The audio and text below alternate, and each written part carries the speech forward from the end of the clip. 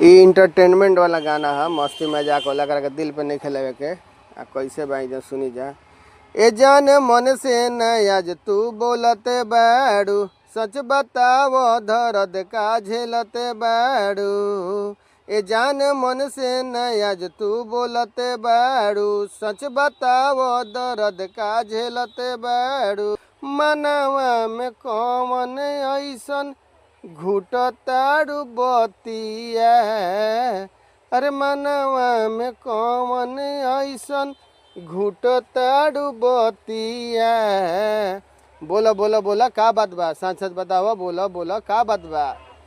रंगावा लगावे बहन धक टोटर में को देले बिया, अरे रंगावा लगावे बहन धक टोटर में को देले बिया, टोटर में को देले बिया। हमरा के जगन्नाथ बाबा कह देले बिया। टोला पर के भाई लोग जे जे हमरा के बात के सुनता, अपन अपन मर्द के ओकरा से बचा कर रखम जा। होली में जगन्नाथ बाबा हाकिम डाइन बिया हाकिम।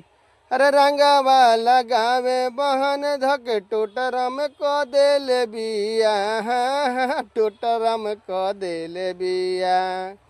त हमरा के होलिया में जगन्नाथ बाबो को देले बिया, त हमरा के होलिया में जगन्नाथ बाबो को देले बिया, त हमरा के होलिया में जगन्नाथ बाबो टोटर में को देले बिया।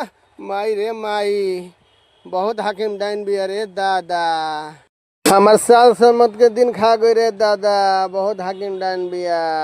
बुरा न मारो, होली है, सर होली है।